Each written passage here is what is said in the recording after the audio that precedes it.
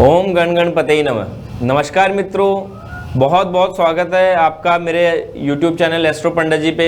मैं आपका दोस्त और होस्ट ज्योतिषाचार्य पंडित भवानी शंकर आपके सामने प्रस्तुत हूँ लेकर एक अत्यंत ही महत्वपूर्ण विषय, मेष लगन की कुंडली में सूर्य की स्थिति। मित्रों, आगे बढ़ने से पहले मेरा आपसे एक निवेदन है कि मेरे YouTube चैनल को अधिक से अधिक संख्या में लाइक और सब्सक्राइब अवश्य करें और नए वीडियो की जानकारी प्राप्त करने के लिए नोटिफिकेशन का बेल आइकन भी अवश्य दबाएं। तो मित्रों, जो मेष लगन की कुंडली है उसके अंदर सूर्य नारायण देव की जो स्थिति है उसके ऊपर हम चर्चा करेंगे। सूर्यदेव भारतीय पौराणिक मान्यताओं में सूर्य को एक आत्मा कारक देवग्रह माना गया है। इन्हें ऐसा देवग्रह कहा जाता है जो दृश्य है, जिन्हें हम प्रत्यक्ष रूप से देख सकते हैं। सूर्यदेव शरीर में आत्मा, हड्डियों, दिल व आंखों के कारक कहे जाते हैं। मेष लगन कुंडली में अगर सूर्य पंचम भाव का स्वामी होने से एक कारक ग्रह बनता है।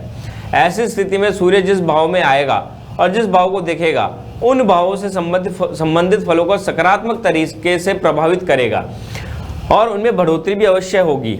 मेष लगन की कुंडली में अगर सूर्य बलवान है, डिग्री से भी ताकतवर होकर शुभ स्थिति में हो तो शुभ फल अधिक प्राप्त होते हैं।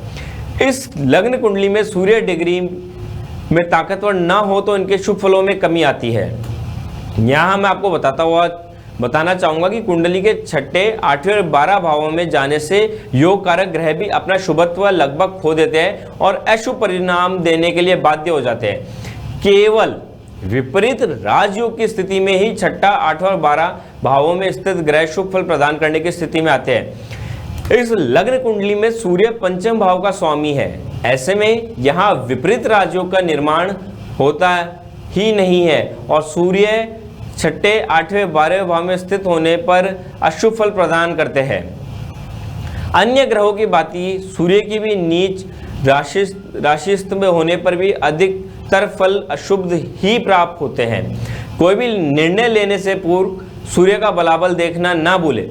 मेष लगन में अगर प्रथम भाव में सूर्य देव, अगर मेष राशि में सूर्य उच्च के होते हैं, यदि लग्न में सूर्य हो तो जातक ऊर्जावान होता है, कुशल निर्णय लेने में दक्ष, बुद्धिमान और समाज में प्रतिष्ठित होता है। मेष लगन में द्वितीय भाव में सूर्य हो तो ऐसे जातक को धन, परिवार, कुटुंब का भरपूर साथ मिलता है, रोबीली वाणी होती है, अपनी ऊर्जा, प्रभाव, निर्णय की क्षमता से सभी मुश्किलों को प्राप्त कर लेता है। तृतीय भाव में सूर्य हो मेष लगन में तो जातक बहुत परिश्रमी होता है, जातक का भाग्य उसका साथ देता है, छोटे भाई का योग बनता है, धर्म को विज्ञान की तरह देखता है। हाँ, पिता से मतभेद हो सकते हैं उसके। चतुर्थ भाव में अगर सूर्य हो मेष लगन में तो जातक को भूमि, मकान, वाहन व माता का पूर्ण सुख मिलता है, कामकाज भी बेहतर स्थिति में होता है, विदेश सेटलमेंट की संभावना बनी रहती है, जातक को माता से बहुत लगाव होता है। अगर पंचम भाव में सूर्य हो तो अचानक लाभ की स्थिति बनती है, बड़े भाई बहनों से संबंध मधुर रहते हैं, जातक जातिका रोमांटिक होते हैं, जातक बहुत बुद्धिमान होता है। छठम भाव में यानी छठे भाव में सूर्य की महादशा में संतान से कष्ट होने का योग बना रहता है, कोर्ट केस, हॉस्पिटल में खर्चा होता है, दुर्घटना का भय बना रहता है। मेष लगन सप्तम भाव में सूर्य के नीचस्थ राशि होने पर जातक जातिका का वैवाहिक जीवन कष्टमय होता है, पति पत्नी घमंडी हो सकते हैं